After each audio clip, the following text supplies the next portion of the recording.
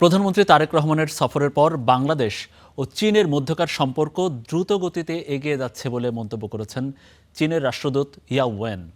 মঙ্গলবার বিকেলে ঢাকায় এক কর্মশালায় সমাপনী অনুষ্ঠানে তিনি কথা বলেন। জানান, বাংলাদেশ বিনিয়োগ কর্তৃপক্ষ চীনের গুয়াংজুতে তাদের প্রথম বিদেশি কার্যালয় স্থাপন করতে যাচ্ছে। খুব শিগগিরই এই কার্যালয়ের কার্যক্রম শুরু হবে। এ সময় প্রধানমন্ত্রীর উপদেষ্টা ইসমাইল জবিউল্লাহ বলেছেন, চীনই প্রথম দেশ হিসেবে বাংলাদেশের অর্থনৈতিক ও সামাজিক উন্নয়নে সহযোগিতার হাত বাড়িয়ে এগিয়ে এসেছে।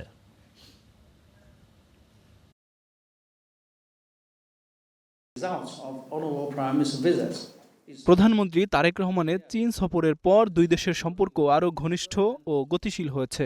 বাণিজ্য ও বিনিয়োগের পাশাপাশি জ্বালানি, প্রযুক্তি ও দক্ষতা উন্নয়নেও বাংলাদেশের সঙ্গে কাজ করতে আগ্রহী চীন।